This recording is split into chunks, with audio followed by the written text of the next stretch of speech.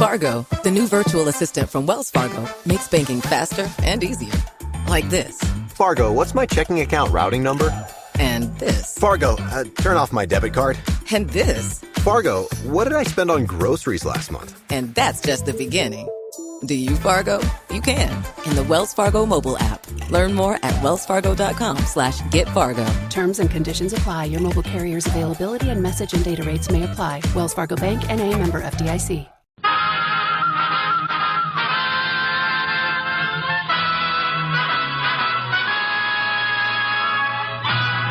Tales of the Texas Rangers, starring Joel McRae as Ranger Jace Pearson. Another authentic reenactment of a case transcribed from the files of the Texas Rangers.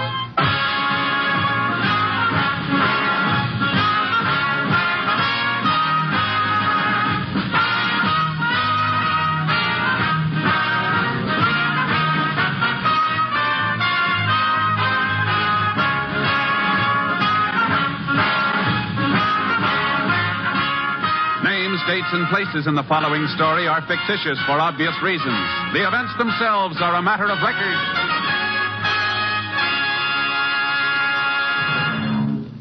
Every day, Monday through Friday, there's top entertainment all day long when you set your radio dial to NBC. Listen for Double or Nothing, and you'll hear one of radio's funniest quiz shows. Yes, Walter O'Keefe consistently comes up with great comedy entertainment Monday through Friday on Double or Nothing. Listen, and you'll agree. And then there's the program with the heart, Strike It Rich. The grand entertainment that Warren Hull brings you every day on Strike It Rich is just what the doctor ordered if you suffer from the housework blues.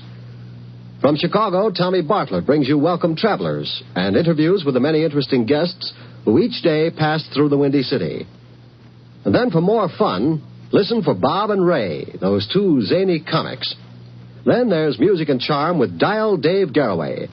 So remember, every day, Monday through Friday, chase your blues away with the wonderful daytime programs on this station of the NBC Radio Network. And now, here's today's adventure with the Tales of the Texas Rangers.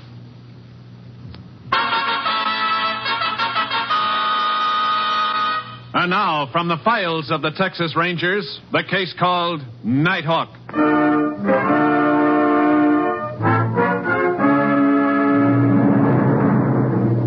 It is 12:30 on a Friday night early in June 1948.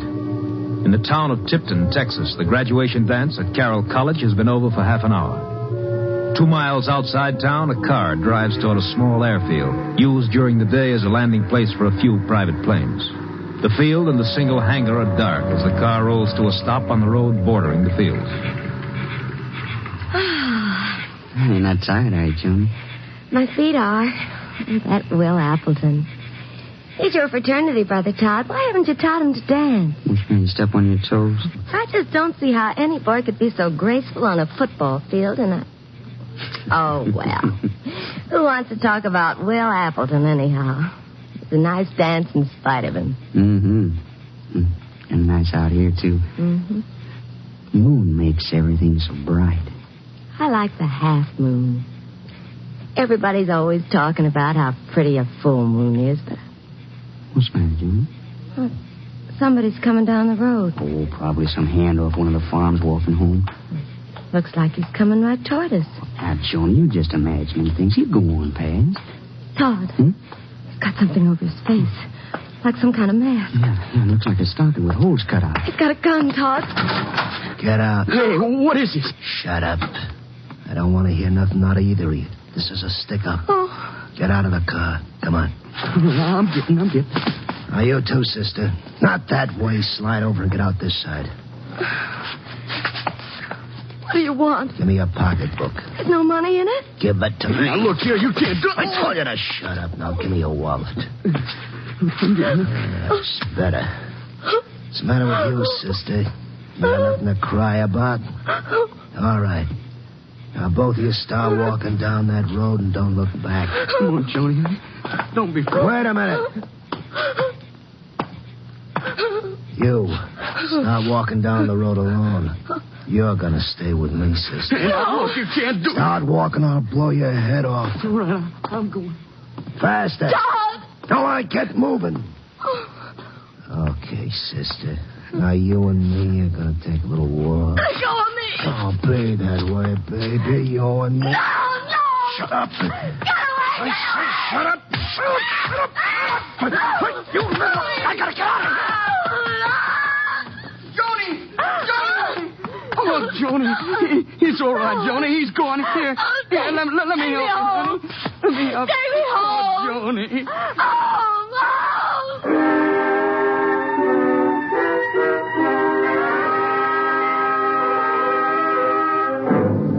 Todd Miller put the girl in his car and drove back to town. After taking her to the hospital, he notified her parents and the sheriff. Sheriff Wilson dispatched deputies to the scene of the robbery and requested assistance from the Texas Rangers. As soon as he had spoken to the girl, the sheriff drove back to the airfield with Todd. Minutes later, Ranger Jace Pearson, who was assigned to the case, reached the field.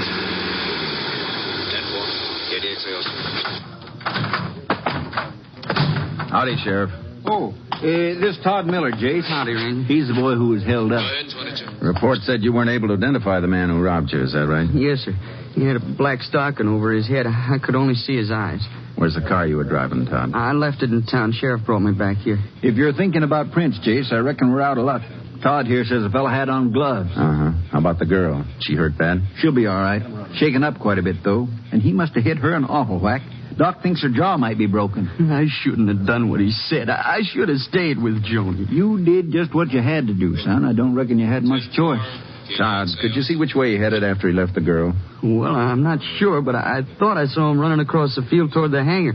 And then after I got Joni into my car, I saw a car drive out from behind the hangar and start off down the road. Any idea what kind of a car it was? Well, it looked like an old jalopy. I was too far away to see what kind. It was going pretty fast, though. One of my deputies found some fresh oil stains over by the hangar, Jace. And we'll go over in a minute and take a look. Todd, I want you to try to remember anything you can about this man. Anything. Well, it happened so fast that there's not much about him I remember. Well, how tall was he? Well, I'd say about my height. Can you describe his voice? Well, he never talked out loud, just whispered, a real hoarse whisper. Anything else? Well, the way he walked right up to the car, like he'd been waiting for us. Just walked up and made us get out. Uh-huh. All right, Todd. I think that'll be all. Ranger, you think I could get back to town soon? I'm kind of worried about Joni. It's all right with the sheriff. He can send you back in his car with one of the deputies. You can come along with me, Sheriff. Sure, Jace. We'll drive over to the hangar and have a look at those oil spots first. Just let me tell my deputy. Charlie, you take Todd back to town in my car. I'll be with the ranger. Thank you, Sheriff. Thanks. He sure looks like a tough one, Jason. Yeah, but I got a hunch we can narrow it down to one of your local boys. How do you figure that? Well, for one thing, the way he was so particular about keeping his face hidden and whispering to disguise his voice. It does sound like he wanted to make sure he wouldn't be recognized. But it might have been some stranger who just didn't want to take chances on getting his description broadcast. Could be a stranger, except for one thing. The fact that he was well enough acquainted with the town to know where couples might be likely to park after a dance. It's more like a local fellow. Unit 10 to KTXA. Go ahead, KTXA. Sheriff's office has received call that man in stocking mask has just held up couple at Carroll College football field. Man shot, possibly dead. Request this information be relayed to Sheriff. Football field straight along this road on the outskirts of town, Jace. Yeah. 10-4. Sheriff is with this unit. Unit 10 proceeding to scene at once.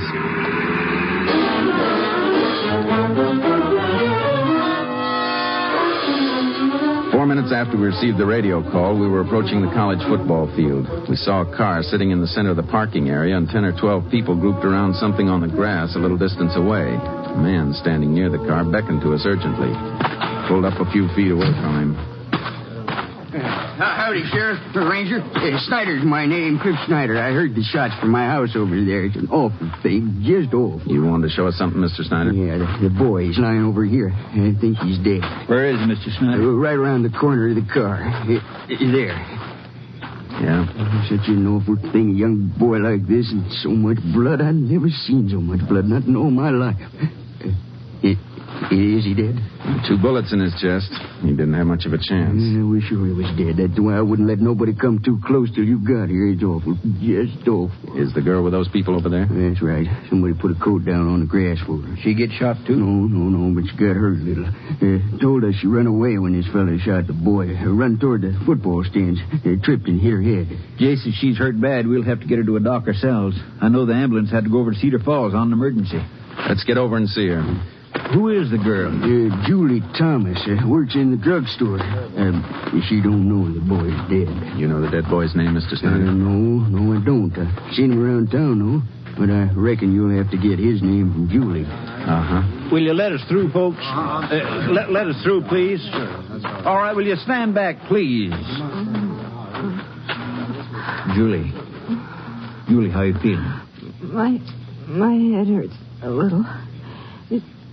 Is Johnny all right? I mean, look at your head, miss. I got to know about Johnny.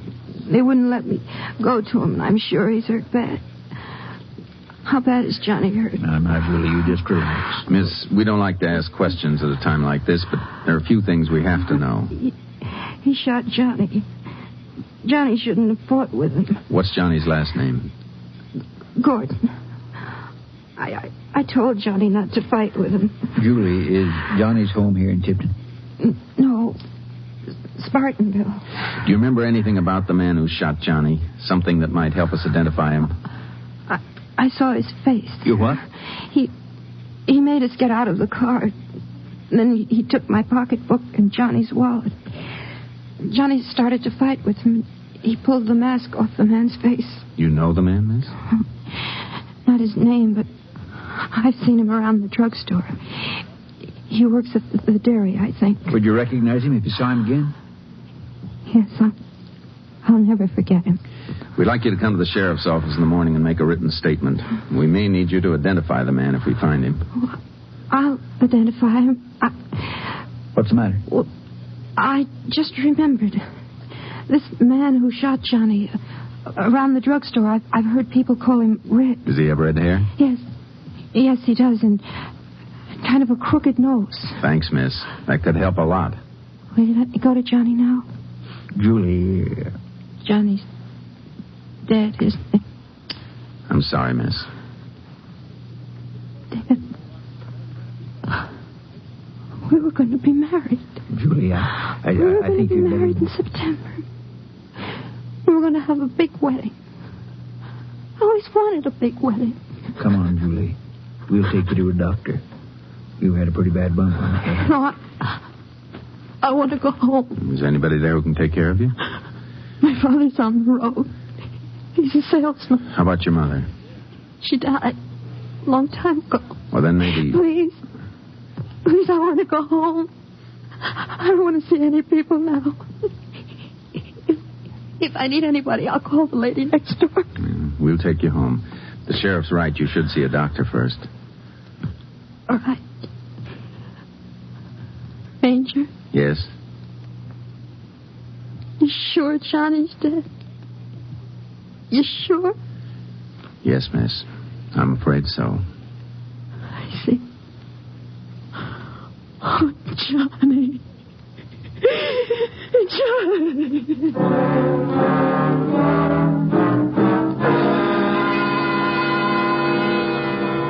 As soon as the justice of the peace arrived, we drove Julie to a doctor. He said she'd be all right, so we took her home and told her we'd phone her when we needed her.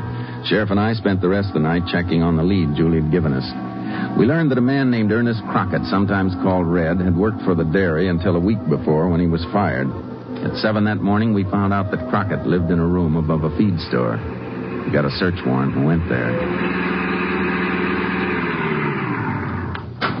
I sure hope Julie's got the right man. She gave pretty positive identification. Yeah, but she was excited. She might have seen a man with a broken nose and thought it was this Red. It shouldn't take us long to find out if she's right. As soon as we get Red down to your office, we'll call Julie and have her try to identify him. You mean if we find Red, we could have trouble doing that? Uh-huh. This is as good a place as any to start. This should be the room. Try it.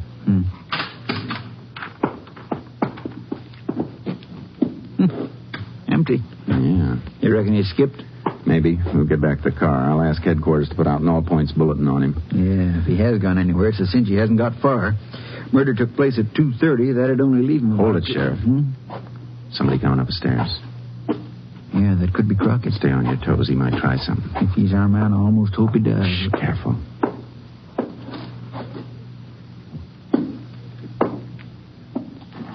What's this all about? You Red Crockett? Yeah, what do you want? We'd like to ask you some questions. Who said you can come in here? This? Search warrant, huh? Okay, what do you want to know? Put your hands over your head. Huh? Frisk him, Sheriff. Yeah. Nothing on him, Jace. What'd you expect to find? Where were you last night? Out. Where? All around town. I'm the restless type. Hate to stay in one place too long. Were you with anybody? No, I don't like crowds much. All right, Crockett. You're coming with us down to the sheriff's office. What for? We think you might have had something to do with 2 robberies and a murder last night. Me? Oh, you're crazy. If you're innocent, you'll have a chance to prove it. What do you mean? Somebody got a good look at the killer. Let's go find out what happens when she gets a look at you.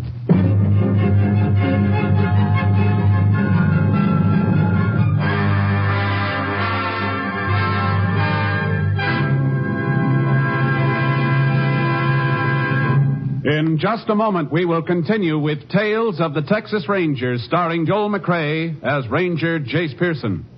Friends, permit me a serious word. Think now of those families, more than 2,000 families, who were made homeless by tornadoes.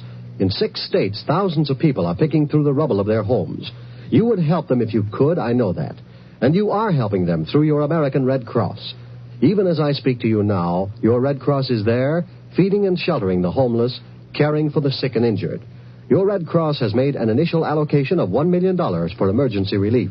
And that is only the beginning. So great is the destruction, so great is the need, your Red Cross has had to increase its $85 million fund goal by $5 million. After the emergency period has passed, there will be homes to rebuild and people to restore to health and livelihood. You, your family, and your home were spared. Help those who weren't.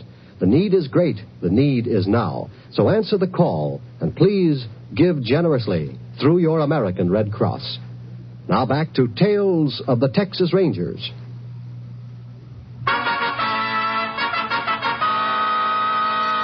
We continue now with Tales of the Texas Rangers and our authentic story, Nighthawk.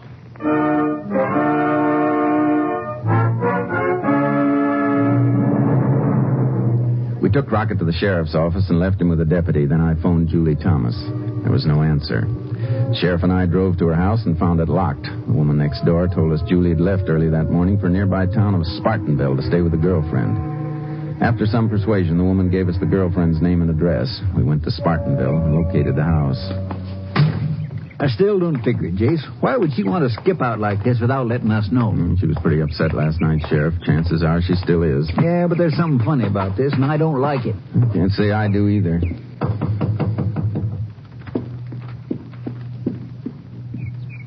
Who's there? Ranger Pearson. Sheriff and I'd like to talk to you, Julie. Why'd you come after me? Why don't you leave me alone? Can we come in? All right.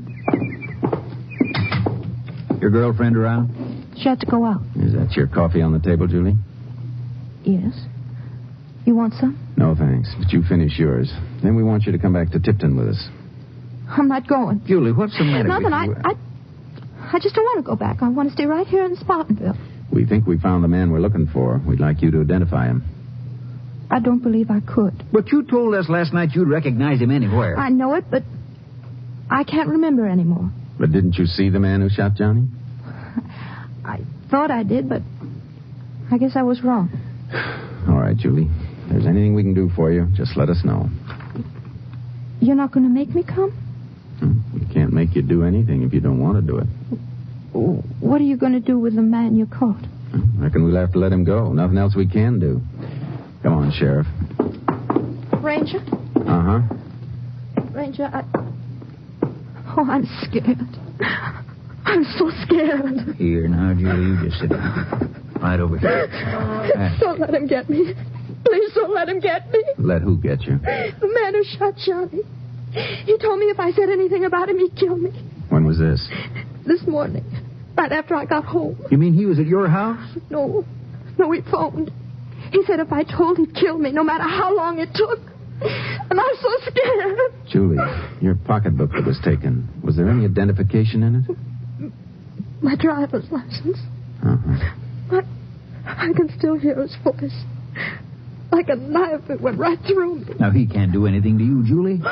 He can. I know he can. Not if he's in jail. Well, he'll break out. He'll find me and kill me. Let me ask you something. You want to spend the rest of your life knowing that the man who killed Johnny is free? Ranger, please. You can be sure he won't stop with Johnny. He'll rob again, even kill again. Ranger, I don't know what to do. I just don't know. It's up to you, Julie. We can't force you to identify him, but you're not being fair to Johnny if you don't. All right. I'll come with you. I'll identify the man who killed Johnny.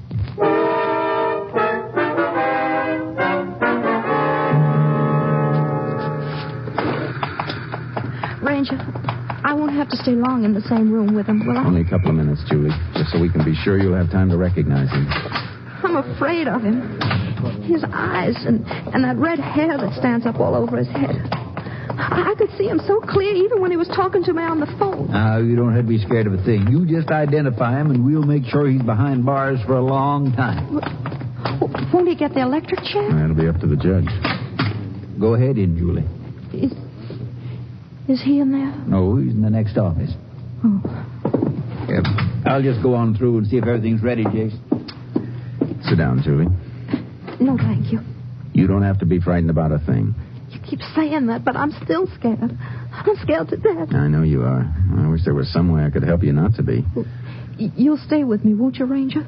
The whole time I'm in there with him? Sure. Sheriff and his deputy will be there, too. You don't have to worry. All set, Jace. Now, remember, Julie, don't say a thing while you're in there. Just look at him and listen to his voice. All right, Ranger.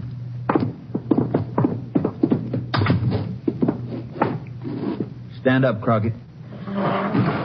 What's your full name? You know my name? What are you asking for? What's your full name? Ernest Crockett. Where do you live? Okay. 245 Esperanza Street. You own a gun? Of course not. I never owned a gun in my life. That's enough, Sheriff. Come on, Julie. Take over, Charlie.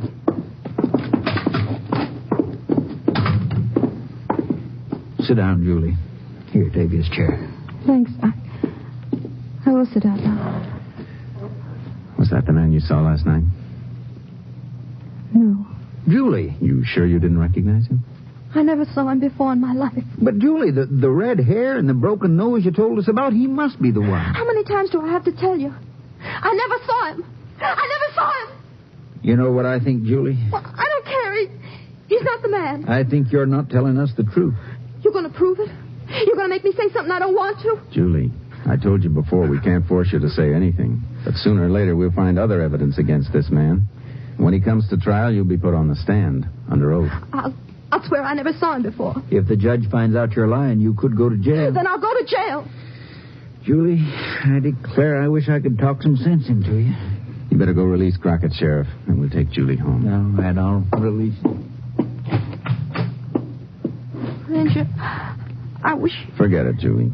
You do whatever you feel you have to do. But even without your help, we're going to keep after this man till we get enough evidence to convict him. I want to do the right thing, but when I looked at his eyes...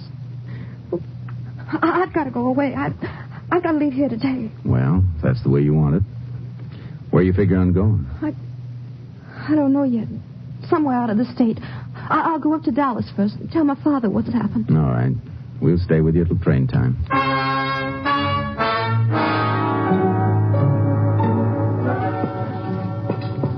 Almost ready, Julie? Just about. A few more things I want to get out of this hall closet. Well, you better hurry it up a little. It's 5:40 now. Your train leaves in less than an hour. You've still got time to change your mind, Julie. It's no use, Ranger. Excuse me a minute. Hello? When are you going to get rid of the cops? What? Shortly. You better make it fast. I'm watching you, baby. And I'm going to be watching you. You make one break and... You understand? Yes. Just see you keep your mouth shut. Hello? Hello? What's the matter, Julie? You look pale. I'm all right. That was Crockett on the phone, wasn't it? Yes, Ranger, and he's not going to let me get away. No matter where I go, I'll have the feeling he's watching me. Chances are he will be. It's no use running, is it? It's never worked for anybody. If you still want me to, I'll identify him. Oh, that's fine, Julie. And I'll tell you now, the man I saw in the sheriff's office is the one who held us up last night. He shot Johnny. Come on, Sheriff. We're going to pick up Red Crockett. We took Julie to the sheriff's office, then went to Crockett's room. When we discovered he wasn't there, we alerted all deputies for a systematic search of the town. We informed KTXA that the sheriff and I would be cruising the streets. We just doubled back a second time into the Mexican section when I received a radio call. KTXA to Unit 10. Unit 10 to KTXA. Go ahead, KTXA.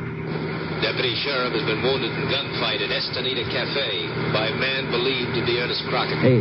Subject escaped after resisting arrest. Holy smoke. 10-4. Unit 10 clear. KTXA Austin. Where's that cafe, Sheriff? About a block from the railroad tracks. If you swing left at this next corner, you'll come right to it. Hang on.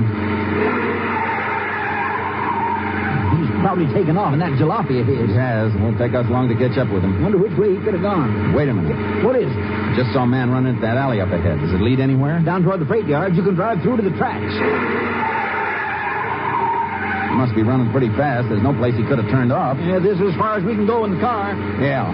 Hey, Jason saw him. Your lights picked him up. Where? He ran toward that boxcar. Let's go. Take it easy around this boxcar. There he goes, Jace, climbing into that empty over there. Hold it, Crockett.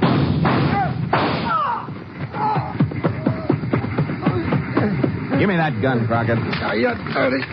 Get up. It's only your arm. Hurts bad. Come on, Crockett.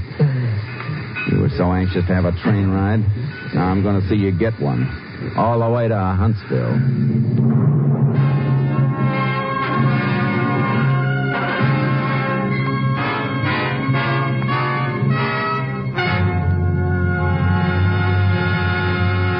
In just a moment, we will tell you the results of the case you have just heard. Later today, you will find more great entertainment all lined up for you on this NBC station. Next, it's The Big Show with a star-studded guest list and your unpredictable hostess, Tallulah Bankhead. And Meredith Wilson will be on hand to direct The Big Show Orchestra and Chorus. Later tonight, be sure to hear the hilarious Phil Harris and Alice Faye Show, featuring the comedy antics of Frankie Remley, Julius Abruzio, and Brother William. There's mirth and music with Phil and Alice and their delightful program. And remember, too, the Theater Guild on the Air will bring you another entertaining dramatization of an exciting play co-starring two of your favorite Broadway stars. Yes, Sunday is Fun Day on NBC because of the many fine shows sent your way to add to your listening pleasure. Later tonight, you'll want to hear Jack Parr and the $64 question as Jack asks the questions and gives away the money. So remember, for fine entertainment all the rest of the day, stay tuned to this station of the NBC Radio Network. Now for the conclusion of Tales of the Texas Rangers.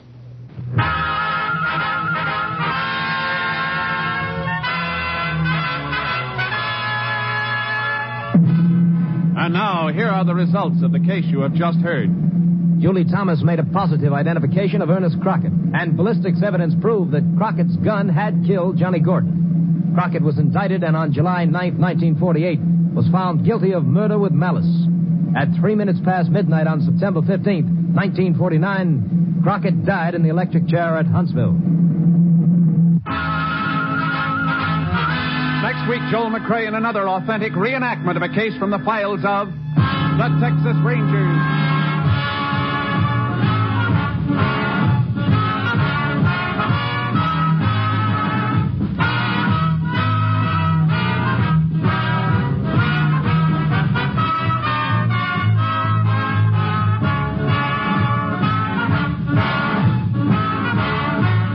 Joel McCrea will soon be seen in San Francisco Story, a Warner Brothers release.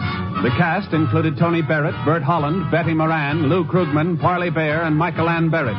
Technical advisor was Captain M.T. Lone Wolf Gonzalez of the Texas Rangers. This story was transcribed and adapted by Charles E. Israel, and the program was produced and directed by Stacy Keach. Hal Gibney speaking.